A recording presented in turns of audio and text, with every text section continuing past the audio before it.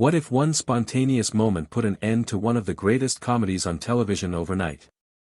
The Honeymooners revolutionized the sitcom with its coarse, uncensored humor based on working-class existence, but beneath all the chuckles there was one moment so disturbing that it was effectively buried for decades. One line, read in a different way than ever before, brought the audience to a standstill and caused shockwaves to reverberate through the network. This is the tale they attempted to suppress, an unusual intersection of Cold War politics, sponsor anxiety, and a live show that edged across a line no one could see. Was it an error, or was it the evening Jackie Gleason showed more of himself than even Ralph Kramden could manage? If this kind of story touches your heart, if you're someone who cares about truth, responsibility, and speaking up for the voiceless, please like this video, subscribe to our channel Spark Science, and share it with someone who should hear it. Let's get started. Jackie Gleason's origin didn't start under the glare of a TV studio or amid the luxury of a Hollywood estate. It started in a small Brooklyn apartment, the kind of place where a squeak of the floorboards reminded you of how heavy survival was. Gleason was born in 1916 and grew up in a tough Irish-American neighborhood where toughness was woven into the very fabric of everyday life. By the time Jackie was 9, his father had deserted them, leaving his mother to carry him on a series of low-paying, long-hours jobs. That kind of loss leaves a scar. In Gleason, it cut deep into a reservoir of frustration, ambition, and iron grit which would one day flow straight into Ralph Kramden. He didn't have the option of a straightforward or simple route into show business. A lot of his childhood was spent struggling, waiting around pool halls, working odd jobs, doing whatever would generate a little money.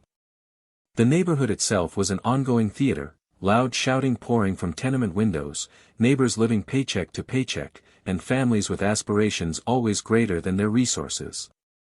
These voices, these gesturings, and these rhythms of everyday struggle were the material that Gleason would later redirect on live television. When Gleason burst forth as Ralph Kramden, he wasn't acting, he was performing Brooklyn on television. His first genuine break came not in a sitcom but on the variety stage. Gleason's natural rhythm, slapstick physicality, and charm made him near certainly to be drawn to by audiences. In the early 1950s, he had his own television series on the ailing Dumont network, Cavalcade of Stars. There, in 1951, Ralph Kramden was created. The original Kramden was not the refined character of today. He was tougher, loud, irascible, crude, and always plotting. For viewers used to cardigan-clad, calm TV dads, seeing a man yell across a rundown apartment at his sharp-witted wife was sheer electric stuff. While most shows on television depicted suburban life as perfect and safe, the Honeymooners' routines on Cavalcade had a very different voice. Ralph was not some suburban patriarch with a well-manicured lawn and cheerful children. He was a bus driver in New York City who never seemed to catch a break. Rather than prospering, he fantasized endlessly about get-rich-quick schemes, only to see them fall into farcical failure. Viewers identified at once. They identified with Ralph's humble victories and setbacks. At the heart of the show's realism was Ralph's and Alice Kramden's relationship. Alice was not the beaming, obedient housewife that appeared on almost every other sitcom. She resisted. She pushed back against Ralph's bluster, argued with him line for line, and never stayed silent when calling out his harebrained schemes. Their dynamic wasn't some fantasy from TV, it was the kind of argument and make-up cadence that resonated through millions of American kitchens. Casting Alice was not a piece of cake. Audrey Meadows nearly didn't get the role at all. CBS executives thought she was too glamorous to portray a working-class wife. Wanting to disprove them, Meadows divorced herself of all Hollywood glitz. She appeared on set in everyday clothes, her hair back, no makeup, looking just like Alice Kramden. Gleason had one glance and was sure she was ideal. But the first Alice wasn't Meadows. Originally, the part was Pert Kelton's, and she gave the character a crisper, more caustic bite. Her stay was cut short, professionally due to health problems. The real reason was sinister. During the peak of the Red Scare, her husband's supposed communist affiliations made her a liability that the network was not ready to risk. In quietude, in secret, she was let go. Gleason's popularity wasn't merely a laughing matter, political currents were powering the show in directions no one could predict. When the Honeymooners plays began taking off, it was in large part due to the sizzling chemistry between Ralph and Alice. Pert Kelton, the original Alice, had a quick wit and acid tongue that equaled Ralph's energy. Her abrupt disappearance left audiences scratching their heads. The official explanation was health reasons, but behind the scenes people knew the real perpetrator: blacklist politics. During the fevered climate of the 1950s, when the persecution of suspected communist sympathizers ruled the entertainment world, mere association with a suspect was sufficient to ruin a career. Kelton herself was never arrested, and no proof against her was ever presented. But the culture of fear was so strong that CBS decided to remove her quietly instead of provoking outrage from sponsors and advertisers. Finding a substitute for Alice was not an easy process. She was the only one who could keep Ralph under control. Cast an actress too soft, and the show's dynamic would fail. Cast an actress too harsh, and it would lose all its humor. Step into Audrey Meadows, who redefined Alice as a quieter, more earthy presence. Where Ralph answered Kelton's fire with fire, Meadows used restraint, delivering caustic lines with quiet steadiness that made Ralph's bluster look even greater. For some early fans, Kelton's fiery interpretation was irreplaceable. But Meadows's warmth expanded Alice's appeal, making her a character audiences not only laughed with but cared about. When Ralph, after an episode of failure and shouting, looked at Alice and muttered, "Baby, you're the greatest," the moment carried genuine emotional weight. The blacklist had already changed the direction of the show, but the most radical revolution was yet to come, when the Honeymooners abandoned sketches and revolutionized television forever. By 1955, American television was clogged with neat suburban families who resolved life's dilemmas in 30 minutes. Fathers doled out wise advice, mothers smiled in the kitchen, and children learned salubrious lessons. Into this safe, sanitized world walked the Honeymooners, and it turned everything upside down. Gone were clean living rooms. Instead, the cramped Brooklyn apartment, peeling wallpaper, cluttered table, every corner testifying to working-class strife. No children with punchlines, no tidy endings.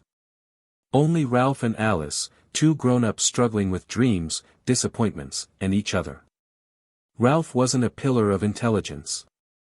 He was a bus driver with an overactive imagination, a quick temper, and a talent for wrecking his own schemes.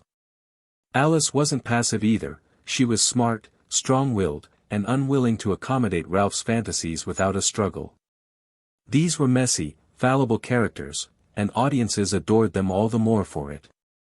Every episode was a little play, an independent story with its complete emotional journey. Gleason, who abhorred rehearsals, demanded spontaneity, treating every taping as a live stage show. The effect was living room comedy. People laughed not because of a laugh track but because they were enjoying themselves. The show's honesty was groundbreaking. Ralph's catchphrases, "To the moon, Alice," and "Baby, you're the greatest," instantly entered American pop culture. But beyond the jokes, the Honeymooners proved that comedy could capture the struggles of ordinary life and still be funny. It also made way for future series such as All in the Family, Roseanne, and even The Simpsons. Ralph Cramden provided the model for characters that were both profoundly flawed and profoundly human. Honesty, however, came at a price. And one live moment would soon challenge just how far viewers would go. Jackie Gleason lived for surprises. He hated rehearsals, believing that improvisation gave shows integrity. That energy would typically jolt the show. But one evening, it got out of hand. The show started off as any other, Ralph stuck in some harebrained plot, Alice eye-rolling, the laughter rolling uneasily. But in one dramatic scene, Gleason changed his tone. His voice lowered, his tone grew menacing, and suddenly the comic rant became unpardonably sincere. The laughter ceased abruptly.